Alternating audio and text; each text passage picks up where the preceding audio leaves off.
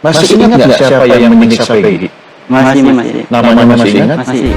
Peggy Setiawan rencanakan balas dendam.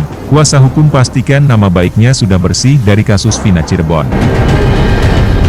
Sebelum lanjut, jangan lupa untuk like, follow, subscribe, dan share. Karena berbagi itu indah. Kabar baik, surat SP3 Peggy Setiawan sudah keluar. Kuasa hukum pastikan nama baiknya sudah bersih dari kasus Vina Cirebon ini ya. Halo, selamat datang di channel Suara Hati Sang Istri. Berita kali ini masih hangat, kita bahas Peggy Setiawan, di mana Peggy Setiawan ini dijadikan korban salah tangkap dari kasus Vina Cirebon, sudah memasuki babak baru. Penetapan Peggy Setiawan sebagai tersangka sudah dinyatakan tidak sah. Meski demikian, masih banyak berita-berita di luar sana yang menyatakan jika pihak Polda Jabar bisa memberikan bukti bahwa Peggy Setiawan benar pelaku di dalam kasus Vina Cirebon, ia bisa ditangkap lagi. Meski banyak isu yang menyudutkan kliennya, kuasa hukum Peggy Setiawan membeberkan bukti bahwa nama baik kliennya sudah baik. Sugianti Iriani, kuasa hukum Peggy Setiawan, mengatakan bahwa Peggy sudah mendapatkan SP3, surat penghentian penyelidikan. Ia menjelaskan mengapa Peggy Setiawan waktu hari Senin dikeluarkannya lama karena pihak Polda Jabar harus melaksanakan SOP dulu, di mana harus melaksanakan gelar perkara.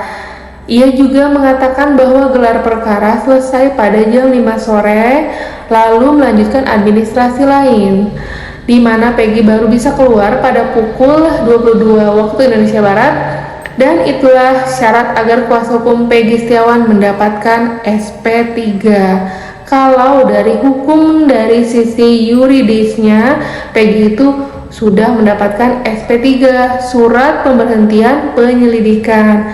Kemarin pun kenapa kami lama, karena kami harus mendapatkan SP3 dan polisi pun harus SOP sesuai prosedur.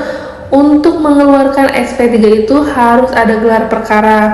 Kami itu lama menunggu jam 5 baru selesai, baru administrasi yang lainnya. Makanya Peggy baru bisa dikeluarkan pada jam 22 waktu Indonesia Barat, ujar Sugiarti Iriani, pengacara Peggy Setiawan ini. Ia juga menjelaskan bahwa dalam kasus Vina Cirebon, Peggy Setiawan sudah terbukti tidak bersalah dalam penetapan tersangkanya tidak sah. Kalau untuk perkara pembunuhan Vina dan Eki, Peggy Setiawan itu bukan Peggy alias Peron. Ia memang terbukti tidak bersalah dan penetapan tersangkanya pun tidak sah. Sedangkan jika Peggy nantinya melakukan tindakan hukum, kemudian ada panggilan polisi, mungkin bisa Peggy diperiksa ke kepolisian. Namun ia menilai bahwa dengan surat SP3 sudah dikeluarkan oleh Polda Jabar, itu adalah jaminan bahwa nama Peggy Setiawan sudah bersih dari kasus Vina Cirebon ini.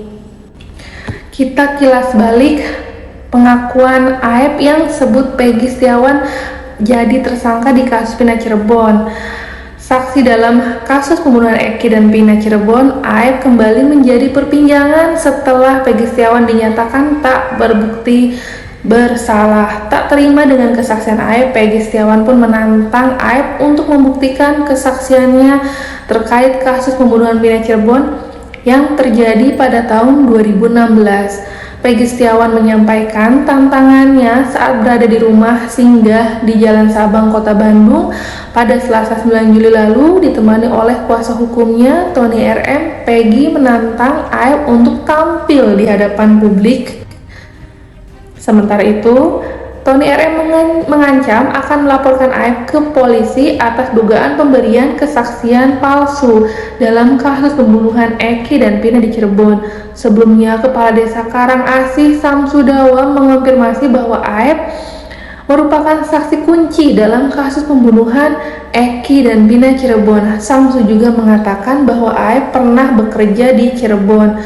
Pria yang akrab dengan Cacu itu juga mengatakan bahwa Aep saat ini sibuk membantu petugas sosial kesehatan masyarakat di Desa Karangasi. Dia memperkirakan hampir 4 tahun ini sejak dirinya menjabat di pemerintahan desa, Aib membantu di bidang sosial kesehatan masyarakat.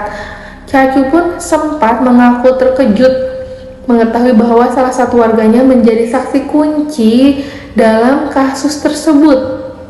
Dalam sebuah wawancara, Aib pernah mengungkapkan kronologi pembunuhan Pina Cirebon, mengaku melihat kejadian awal saat peristiwa terjadi. Pada saat kejadian, Aib bekerja di sebuah bengkel cuci mobil yang lokasinya tak jauh dari tempat kejadian perkara TKP di Cirebon. Peristiwa tersebut terjadi sekitar pukul 23 waktu Indonesia Barat. Ketika itu Aib sedang berada di warung dekat lokasi kejadian. Dia menceritakan saat kejadian dirinya sedang di warung, lalu ada pengendara motor berseragam ekstasi lewat dan langsung dilempari batu oleh sekelompok remaja yang sedang berkumpul di dekat lokasi. Aib melihat sekelompok remaja tersebut mengejar korban. Ia memperkirakan jumlah remaja itu sekitar 8 orang. Mereka takut Aib segera meninggalkan lokasi. Ia mengaku tidak tahu apa yang terjadi selanjutnya dengan Eki dan Pina. Namun Aib memastikan bahwa kematian Eki dan Pina Cirebon bukanlah akibat kecelakaan. Aib juga mengaku tak mengenal para pelaku yang tengah mengejar Pina dan kekasihnya. Meski begitu, ia mengaku sering melihat mereka berkumpul di depan tempat kerjanya. Dia menyebut hanya mengenal wajahnya mereka tapi tidak tahu namanya dan tidak ada hubungan pertemanan. Aib menuturkan dirinya melihat Peggy sekitar jarak 100 meter di kondisi makam yang gelap. Jarak pandang Aib inilah yang menjadi pertanyaan di berbagai kalangan. Pasalnya jarak 100 meter itu dianggap cukup sulit untuk bisa melihat seseorang secara jelas di kondisi malam gelap. Dia juga memberi kesaksian bahwa kala itu Peggy Setiawan berboncengan bersama rekannya dengan 4 sepeda motor. Aib mengaku melihat Peggy Setiawan di sekitar lokasi, namun ia tidak benar-benar melihat Peggy melakukan pembunuhan pada korban Eki dan Pina Cirebon, di mana Aib ini sekarang kabarnya menghilang dan harus mempertanggungjawabkan kesaksiannya untuk kepolisian, apalagi sekarang Peggy Setiawan sudah dibebaskan. Demikian informasi dari update hari ini.